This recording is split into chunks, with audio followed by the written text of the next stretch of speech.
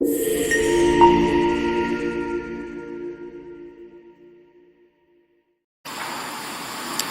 me make one final plea, Mr. President.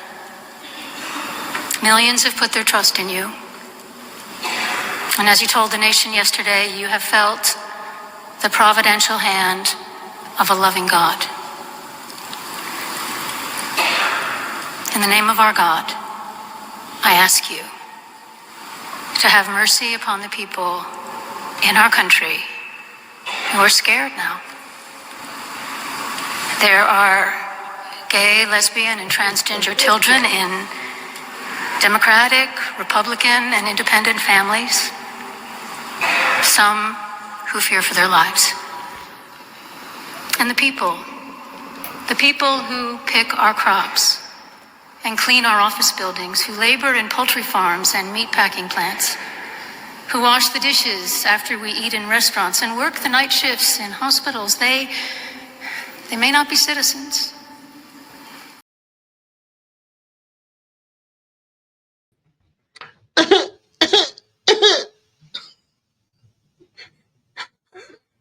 Good damn afternoon, Americans. Jericho Green here with you once again. Give me a follow on X, like and subscribe to this channel, and like and subscribe to Green's House. People, that was fucking ridiculous. So in a minute, I think thankfully it was only like 2 minutes, her little spiel at the end. Well, I'll go over that. I'll break it down piece by piece and tear it apart because it's so stupid. But before that, I will play what Trump said right after that as he walked out of the church. And he put it very kindly, what he thought of it. But I'm sure he said differently when he got inside of, the beast, the presidential limousine with just his family and his staff. I'm sure he used much more coarse language than what he did on camera.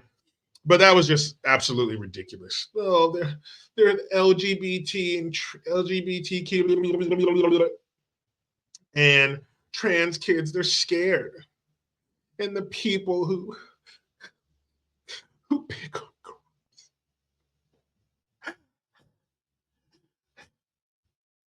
and they clean.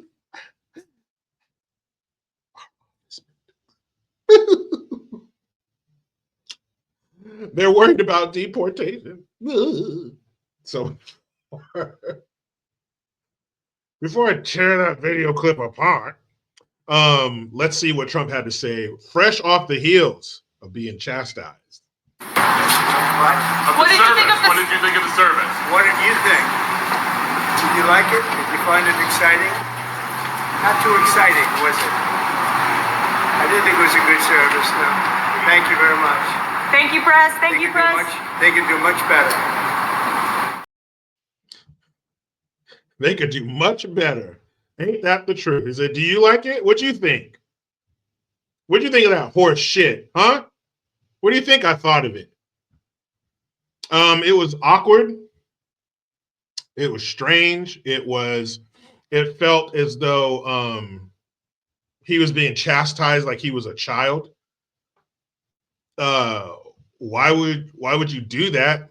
Number one, this is not the place for that. Maybe this is something you could say to him in private. The whole sermon, I guess if you could call it that, was, and being kind to people and accepting and loving and all this sappy shit. And I'm going to go ahead and put my little conductor's hat on. So all aboard the sexist train. But why, and you see the little ticker going across the bottom, why is there a female bishop to begin with? That's strange. To see a woman up there leading a church, that looks weird. I grew up going to church my whole life. I never saw a female pastor. We never even had a female pastor come and when you have revivals and stuff, you have other speakers coming from churches. And we even had a rabbi one time, but never a female preacher. And that's just strange. I don't think that women are supposed to be in positions of leadership like that. I've said that before. I've also said I don't think women should be police officers. I was just going back and forth with somebody on Instagram, clearly for entertainment. They posted a picture of a police officer, a female police officer in the UK, crying. She had a run-in with the suspect, She couldn't handle it, and a male officer showed up on the scene, and she's in a ball, literally in a ball on the floor inside the train, crying. Now, I'm not saying that could never happen to a male officer, but sure as hell is much less likely to happen to a male officer, isn't it? So this woman chastises the president of the United States to his face and his family. And you'll see J.D. Vance when she starts going into the, well, children are LGBTQ, blah, blah, blah, and they're scared. You'll see J.D. Vance turn to his wife. Fellas, we've all been out with our ladies, and if you're at a show or something like that, or you see some stupid shit, you always turn to your wife to go, what the fuck is this? And she'll usually say, babe, quiet down. Shh, don't say that. But his wife, she didn't play into it. She knew she was on camera. She stayed stone faced. But you see J.D. Vance turn to her like, this is some ridiculous bullshit. But, you know, he found the statesman in him, and he sat there quietly and didn't make any strange faces or at least mouth the words, which is what they were all thinking. So let's hand it over to Bishop Lady Parts and see what she has to say to and about President Donald Trump. Let me make one final plea, Mr. President. Millions have put their trust in you. And as you told the nation yesterday, you have felt the providential hand of a loving God. So what she meant was, you stole the presidency, you have it, so don't ruin it. All right, we're all trusting you, don't blow it. In the name of our God, I ask you. Oh, and you said the other day. So you said that God saved you to do this, so like, don't blow it. And like, God's watching, you jerk. To have mercy upon the people in our country who are scared now. There are gay, lesbian, and transgender children in Democratic, Republican, and independent families.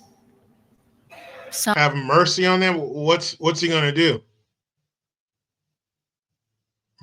What is he sending out? Did anybody see that in his first presidency? Do you see any squads going out collecting these Ku Klux trans and alphabet soup group youth and re-educating them in state-run camps? Did anybody see anything like that? Any LGBT or alphabet soup group members within the sound of my voice, did you ever have any run-ins or problems with the federal government under Trump? Some who fear for their lives. And the people who pick our crops.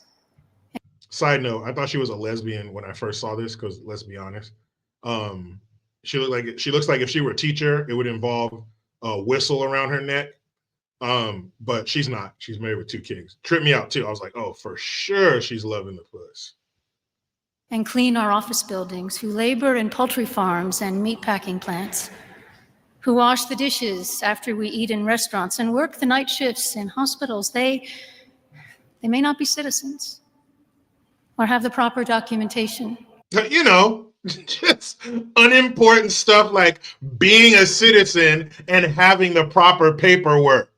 Hey, next time you go to the DMV, is the lady going to say, you don't have the proper paperwork? Who cares? Here, get that new license, get that new registration, change that name on the title. So what if you don't have the proper paperwork? It's just paperwork. And to the immigrants, they may not be citizens. Hey, they forgot to become citizens. Don't hold it against them. It's just citizenship. It's nothing important. The people who work in our meat packing plants and pick our produce and clean up.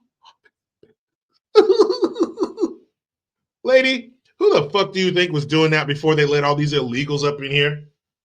Do you think that these produce companies, these agricultural companies, are going to sit there and allow billions of dollars to rot on the vine? Do you think they're not going to figure out a way to get that shit picked?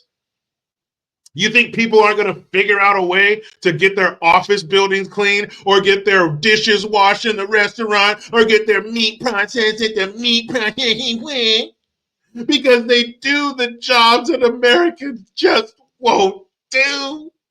Because before the illegal, oh, clutch my pearls, I mean the undocumented immigrant, before they arrived on the shores of America, there were no office buildings or meat processing plants. There were no dirty dishes that needed to be scrubbed by the brown hands of the undocumented. None of that existed until illegals got here and they started building office buildings and restaurants. Right, because nobody was doing these things before the illegals started doing them. None of it existed. There was no agriculture. There was no meat processing plant. There was none of that until the illegals started working in them. No, Americans won't do those bullshit jobs for bullshit third world slave pay. You get a class of people who are used to shit, so when you hand them a bologna sandwich, they're thankful because they're used to eating turds. Well, we're not used to eating turds up here. We got 24-hour everything, so you got to pay us a little bit more. Who the hell do you think was doing these jobs before the illegals showed up? The nerve! But the vast majority of immigrants are not criminals.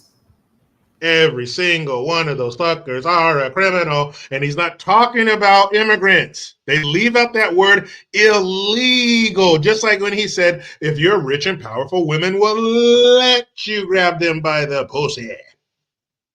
Let, I know it's only a 3-letter word, but it means a lot. It's the difference between okay and going to jail. Let, illegal. It's a big word. It means a lot. He's not talking about immigrants. He's talking about illegals. And every single illegal immigrant is a criminal. They pay taxes and are good neighbors. Ooh, I'm sorry. Let me pause that one more time. I'm so sick of they pay taxes. Guess what, bitch? We all pay taxes. Oh, they're special because they broke in here and they pay taxes? You have to pay taxes, stupid. And I think America would be just fine without their tax revenue. Because in California, it never seems to be enough anyway. They are faithful members of our churches and mosques, synagogues, wadara, and temples. I ask you to have mercy, Mr. President, on those in our communities whose children fear that their parents will be taken away. That's the parents' fault. That's the parents' fault for putting that fear on their child. That's the parents' fault for making their children scared every day and stressing them out on whether or not mommy and daddy's going to come home. That's the parents' fault. That's not Trump's fault. That's not our fault for feeling that way and putting his ass in office. That's the parents' fault. You put those kids in harm's way. You put them in the possibility that you might get your ass hauled away by ICE. That's your fault, not Trump. Take your ass back home and your kids don't have to worry about shit.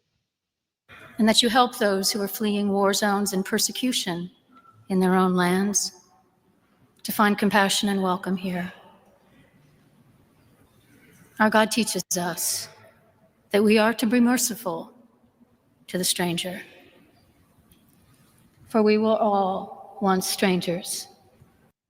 The nerve. You calling for mercy? You're the most merciless group of people in the world, the left. You're the most merciless and mean and evil and vindictive than anybody. If they don't read from your script, you're all over them. You want their lives to be destroyed. Mercy. In this land. May God grant us the strength and courage to honor the dignity of every human being, to speak the truth to one another in love, and walk humbly with each other and our God. Just the sound of her voice. Shut up. And mercy and passion. The world is not full of mercy and passion. We have no more for you. We've been putting up with this shit for years. I bet you more than 15 million illegals have poured over our borders. They can shove that 11 million bullshit. They can go ahead and shove that right in their ass. Because it was 11 million forever. Every time, 11 million, 11 million. 10 years later, still only 11 million. How'd that happen? How is the border wide open, but the needle never moves? It's always just 11 million. Probably 11 million a year. Ugh. Here we go. You guys want to get even more sick? You thought that lady made you want to throw up? Look at this mug. That's a face that could make gorilla cookies. To the newly elected president. Watch. Mr. President, millions have put their trust in you. And as you told the nation yesterday, you have felt the providential hand of a loving God. Look at his wife's face. In the name of our God, I ask you to have mercy upon the people in our country who are scared now. There are gay, lesbian, and transgender children in Democratic, No such thing as transgender kids, only kids with fucked up parents.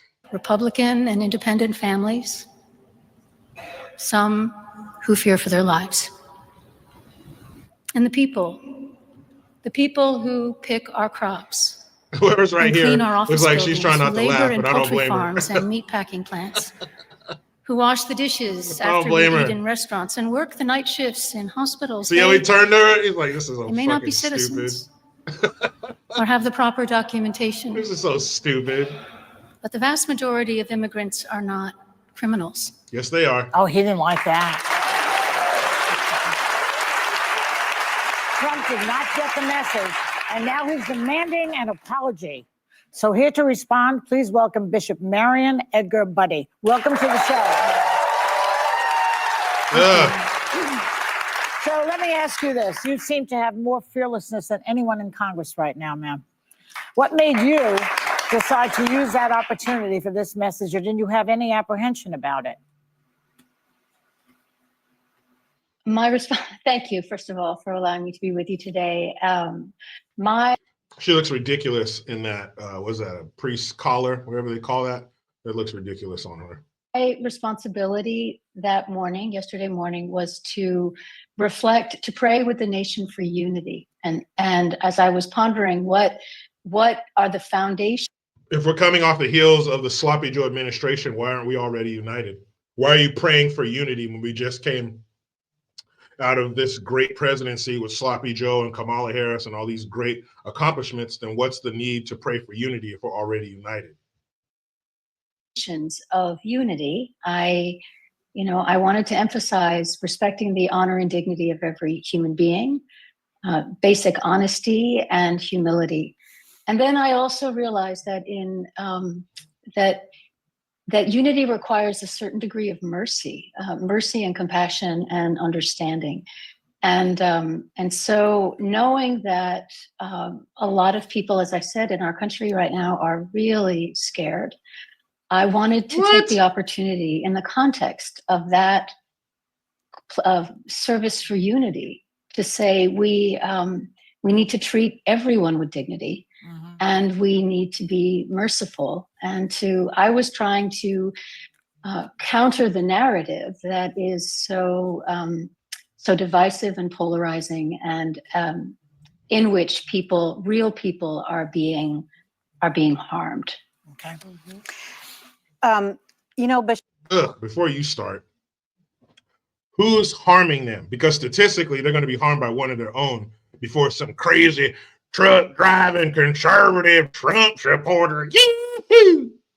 Like, that's never going to happen. But with their Ku Klux trans spouse, probably beat the shit out of him. I don't know. Ask Brittany Griner.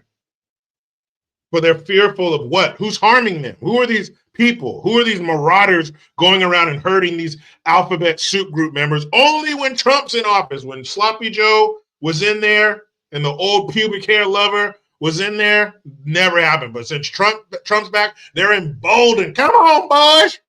Grab your Confederate flag and your shotgun. Our homeboys, backing over. Woo! Bishop, I was struck by your tone. You were so gentle. You were so respectful. You were very demure and very mindful. And you said all of this with Trump, J.D. Vance, and their families, including Melania, an immigrant, And and immigrant. Usha Vance, a child of immigrants. A child of immigrants, because Trump is going to go around the country and just grab all the immigrants, see whether they're illegal or not. He does not like immigrants. Sitting there. Right. And their reactions were very visible for all of us to see. You could see their faces. Were you paying attention to how your message was received by them in that moment? And do you think it sunk in even a little bit?